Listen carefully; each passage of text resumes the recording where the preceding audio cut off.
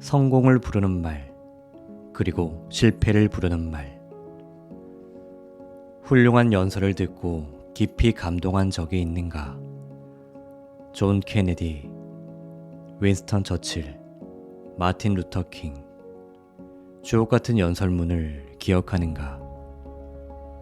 이들의 말은 개인은 물론 전 세계에 영향을 미쳤으며 사후에도 여전히 사람들을 감동시키며 영향력이 지속되고 있다. 습관적으로 사용하는 말이 스스로를 격려할 수도 힘을 빼버릴 수 있다는 것을 생각해 보지 않을 수 없다. 지금 사용하는 말은 건설적인가? 아니면 파괴적인가? 희망과 절망 중 어떤 감정을 불러일으키는가? 우리가 할 수 있는 가장 위대한 발견 중 하나는 감정을 표현하는 단어를 의식적으로 선택하는 것만으로도 우리의 경험을 즉시 바꿀 수 있는 힘이 있다는 것이다. 즉각적인 동요를 일으키는 말. 말에는 전쟁을 일으키거나 평화를 이끌어내고 관계를 깨뜨리거나 강화시키는 힘이 있다. 무언가에 대해 어떻게 느끼는지 결정하는 것은 우리가 그것에 부여하는 의미다. 상황을 표현하기 위해 의식적, 무의식적으로 선택한 단어는 우리가 느끼는 의미나 감정을 즉시 바꿔놓는다. 예를 들어 어떤 사건을 처참하다고 표현했을 때와 그저 실망스럽다고 표현했을 때의 느낌은 아주 다르지 않을까. 어떤 문제에 직면했을 때 큰 문제가 있다고 하는 것과 작은 도전에 부딪혔다고 하는 것은 다른 느낌이지 않을까. 자신의 신념을 이야기했을 때 상대가 그것은 틀렸어 라고 말한다면 어떨까? 심지어 당신은 거짓말쟁이군 이라고 말한다면 어떻겠는가? 이런 표현들이 어떤 상호작용을 할지 한번 생각해보자. 감정을 조절하는 말. 몇 년 전 내 인생을 완전히 변화시킨 중요한 일이 있었다. 2명의 동료와 업무 회의를 하던 도중 부정적인 결과를 야기할 만한 소식을 전달받았다. 우리 3사람은 모두 같은 내용을 들었지만 이를 받아들이는 감정의 강도는 각각 달랐고 또한 이를 표현하는 방식도 모두 달랐다. 나는 화가 난다 라고 했는데 한 동료는 분노가 치민다 라고 했고 다른 동료는 그냥 좀 약 오르네 라고 했다.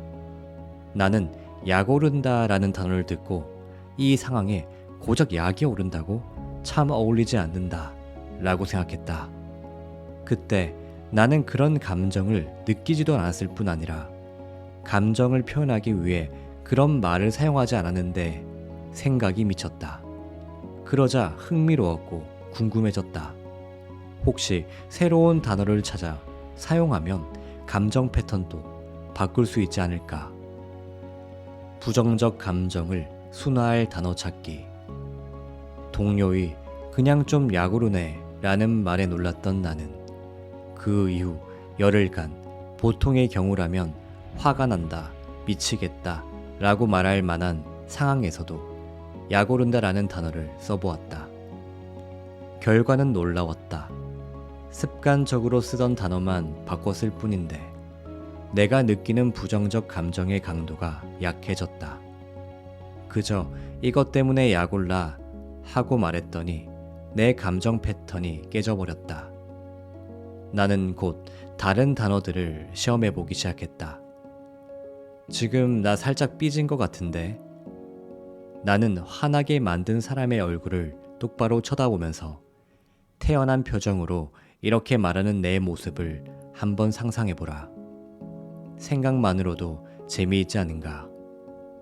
부정적인 감정을 표현할 때 내가 습관적으로 사용하는 단어를 떠올려보자. 그런 다음 기존의 패턴을 깨고 감정을 누그러뜨릴 수 있는 다른 말을 찾아보자. 감정의 강도를 조절하는 변형 어휘. 어떤 경험에 대해 평소와 다른 단어를 사용한다는 것은 우리가 그 단어에 새로운 의미를 부여하는 것이다. 이는 인체의 다른 생화학적 버튼을 누르는 것과 같다. 인지적인 면이 아니라 어떻게 느끼는지 감정적인 면이 변화하는 것이다. 말은 기폭 장치와 같다.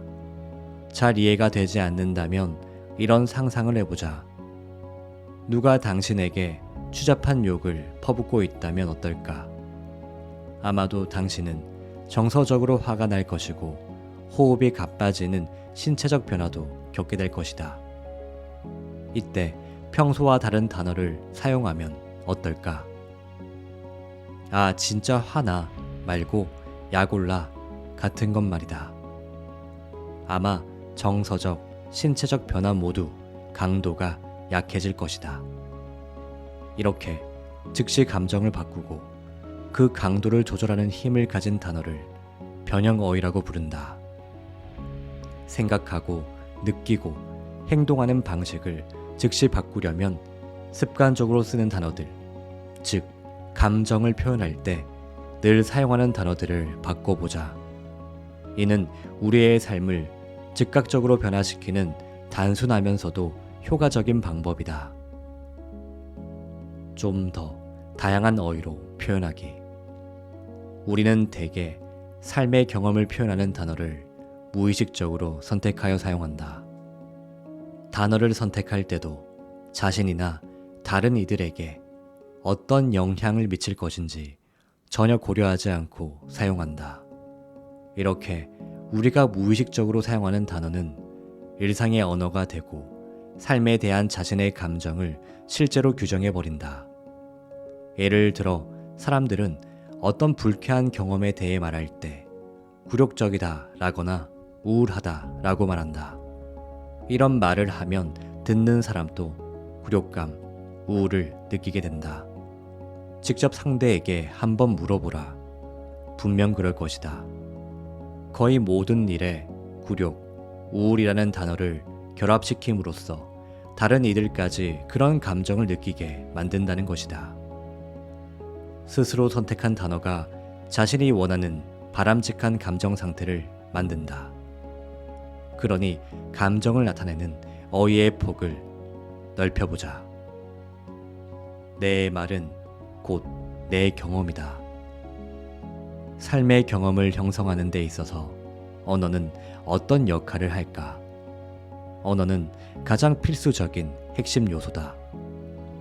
자신의 경험을 어떤 말로 표현하느냐에 따라 우리 삶도 달라진다. 그 말이 실제 우리의 경험이 되기 때문이다. 가장 강력한 영향을 미치는 말은 무엇인가? 마크 트웨이는 이렇게 말했다. 올바른 말은 유능한 대리인이다. 우리가 적절한 말을 할 때마다 정신적, 육체적으로 강력한 영향을 미친다. 자신에게 가장 강력한 영향을 주는 말은 무엇인가? 애칭, 욕설, 감탄, 과장 중 무엇인지 생각해보자. 습관적으로 사용하는 감정 어휘. 일반적으로 사람들이 사용하는 단어는 3,000개에서 4,000개 정도다. 세계에서 가장 많이 사용되는 언어인 영어의 단어가 50만에서 75만 개라는 것을 감안하면 우리가 쓰는 단어는 겨우 전체의 2% 수준인 셈이다. 게다가 대부분의 사람들이 자신의 감정을 표현하는데 12개 정도의 단어만 반복적으로 사용하며 많아도 20개 정도밖에 안 된다고 한다. 더구나 그중 거의 절반 이상은 부정적 단어다. 당신이 감정을 설명할 때 습관적으로 사용하는 단어는 몇 개인가? 지금 한번 종이에 적어보자. 그리고 그 수를 점차 늘려가 보자.